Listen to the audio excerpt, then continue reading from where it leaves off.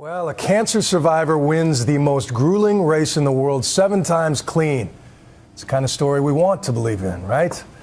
Well, tonight brought confirmation from Lance Armstrong that, on the contrary, he was really a cheating, lying bully who spent years destroying the lives of anyone who dared speak the truth about his fraudulent fame.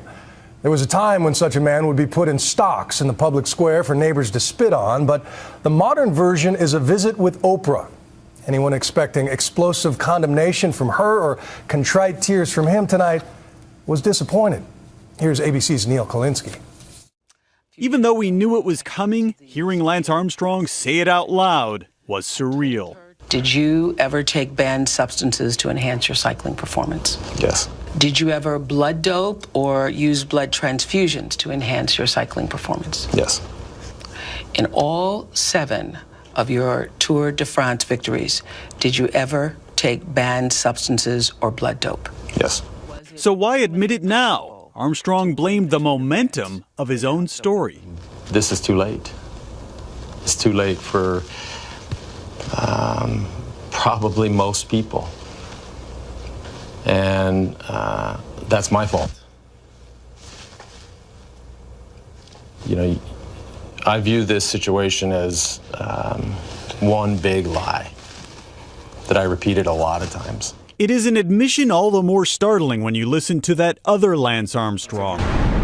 Lance Armstrong just confirmed his Tour de France win. The icon who transcended sport, hung around with movie stars and world leaders, the one who told the world year after year that he was clean and anyone who said otherwise was just out to get him. I have never doped. I've never taken performance-enhancing drugs. My best defense is I've never tested positive. He didn't just lie to reporters, fans, sponsors, and even cancer survivors. He lied under oath, too. How many times do I have to say it? I'm just trying to make sure your testimony is clear. Well, if it can't be any clearer, then I've never taken drugs.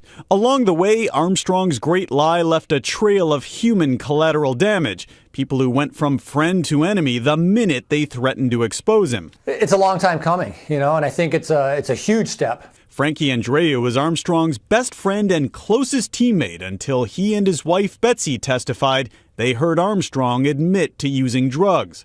In a civil case for a company that resisted paying Armstrong a bonus years ago based on doping allegations, Armstrong went on the attack, accusing Frankie and Betsy of lying. Well, she said in her deposition she hates me. Why would Mr. Andrew say the same things, if you know? Probably to support his wife. After that, Frankie Andreu went from friend to pariah almost overnight. I'd go to events and I didn't know who my friend was, who my foe was, who would shake my hand, who would spit at me in disgust. I got emails, traitor, rat, secondhand cyclist. I mean, just ripped apart. And that was also from, the Livestrong supporters. The Andreus weren't alone. Fellow teammates Floyd Landis and Tyler Hamilton and former Tour winner Greg LeMond all spoke up about Armstrong's drug use, and all were smeared as jealous liars trying to profit, cover their own troubles, or both.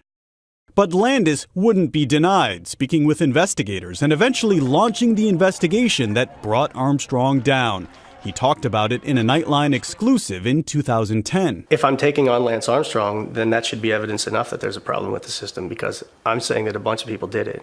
Look, at some point people have to tell their kids that Santa Claus isn't real. I hate to be the guy to do it, but it's just not real. Many people think that the real tipping point was Floyd Landis and his decision to come forward and confess. I'd agree with that. That was the tipping point. Yeah. I might back it up a little and talk about the comeback. I think the comeback didn't sit well with Floyd. Armstrong has been accused of running up a doping bill investigators have pegged at more than $1 million. Officials describe a ghoulish list of medical enhancements, blood transfusions up to twice in 3 weeks during the tour, along with EPO, testosterone, cortisone, and an extract of calves' blood called Actovegan. Getting to this moment, hearing the admission, was something unimaginable to the people who used to be close to Armstrong and saw their lives shattered by him when they wouldn't lie. Armstrong says he's tried to apologize to some, like Betsy Andreu, though time and time again in his interview tonight, his words seemed hollow, without a shred of contrition. I think he blew it. I think he went about this whole thing wrong. He called you to apologize. You spoke. What was that like? It was hard. It was very emotional. Because you know the hurt that he's caused, trying to destroy me, my family. And then when you hear the voice at the other end, the flood of memories comes back of the good times. But it's impossible to forget the bad. Armstrong now says he was caught up in a fairy tale of his own making. This story was so perfect for so long. And I mean that as I try to take myself out of the situation and I look at it. You overcome the disease, you win the Tour de France 7 times, you have a happy marriage, you have children. I mean, it's just this mythic, perfect story. Lance Armstrong's biggest hope that tonight's interview will earn him something he seems to be in very short supply of right now: sympathy. But his performance may not have helped. I'm Neil Karlinski for Nightline in New York.